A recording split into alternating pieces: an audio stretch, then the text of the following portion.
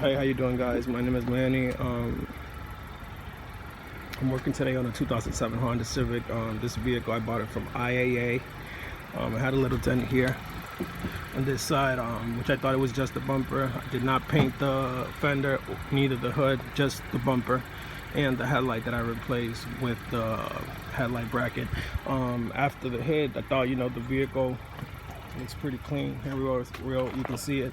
I thought after putting back the bumper, the car was going to be all right, but to find out that when the vehicle hit, it actually, as you see right here, the battery moved in and hit one of the solenoids, which I have here.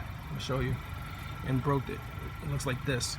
Now the car was giving me hard gears. It was shifting hard. So I did not have a code, so I didn't know what it was.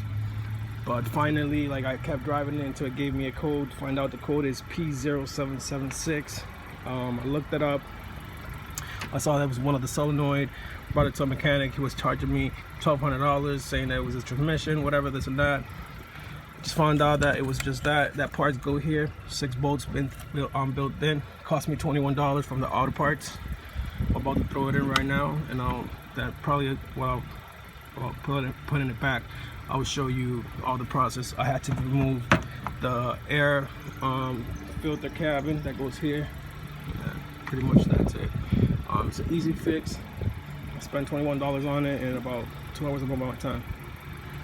Hope this video was helpful.